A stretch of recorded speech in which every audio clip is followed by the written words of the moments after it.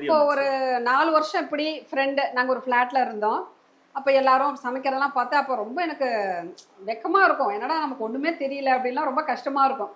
அப்படியே கொஞ்சம் கொஞ்சமாக எல்லாரும் சமைக்கிறத வச்சு அப்படியே ஒரு இன்ட்ரெஸ்ட் அப்படியே வந்துருச்சு. அப்புறம் அப்படியே நல்லா சமைக்க ஆரம்பித்தோன்னா அப்புறம் எங்கள் வீட்டில் அவரே அஹ், எங்கேயுமே சாப்பிட மாட்டார். 12 மணியாக இருந்தாலும் வீட்டுக்கு வந்துடுவார். ஏன்னா எனக்கு பிடிக்கல வெளியில் எங்கேயுமே சாப்பிட்றதுன்னு சொல்லுவார். நான் தான் சொல்கிறது, எப்படி இருந்த நீங்கள் இப்படி ஆகிட்டீங்க அப்படின்னு. சுத்தமாக எனக்கு சமைக்க தெரியாது.